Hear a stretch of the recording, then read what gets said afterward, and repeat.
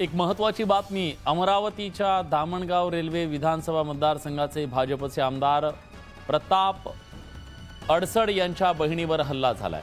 सातेफळ फाट्याजवळ जात असताना हल्लेखोरांनी कारवर हल्ला केल्याचं कळतंय। या हल्ल्यात आमदार प्रताप अडसड यांची बहीण अर्चना रोठे जखमी झाली आहे। चांदूर रेल्वे इथल्या त्यांच्यावर प्राथमिक उपचार करून पुढील उपचारासाठी त्यांना अमरावतीला हलवण्यात येत आहे। दरम्यान कार्यकर्त्यांनी शांत राहण्याचं आवाहन आमदार प्रताप अडसड यांनी केलं।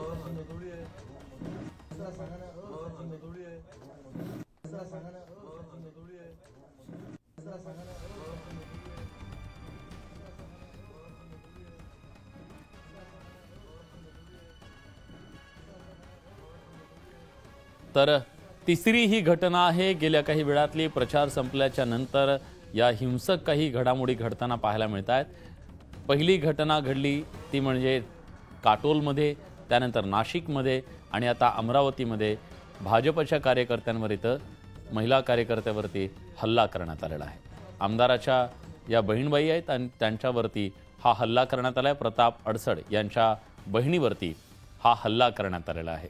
सातेफळ फाट्यावरती कारवर हा हल्ला करण्यात आला आहे।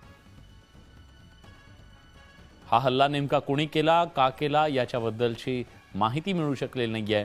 पण प्रचाराच्या तोफा थंडावल्याच्या नंतर राज्यात गेल्या काही तासात घडलेल्या या 3 हिंसक घटना।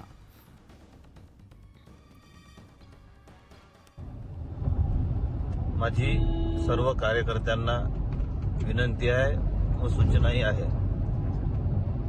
की कोणीही आपल्या गाव सोडून, बूथ सोडून हॉस्पिटलला येऊ नये।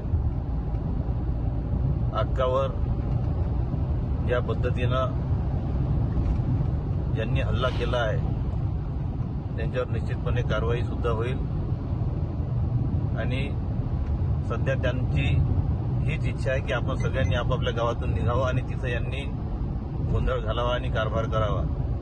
त्यामुळे माझी विनंती आहे की कोणीही आपलं गाव सोडून, बूथ सोडून बाहेर येऊ नये। फोनवर तुम्हाला सविस्तर माहिती देत राहील।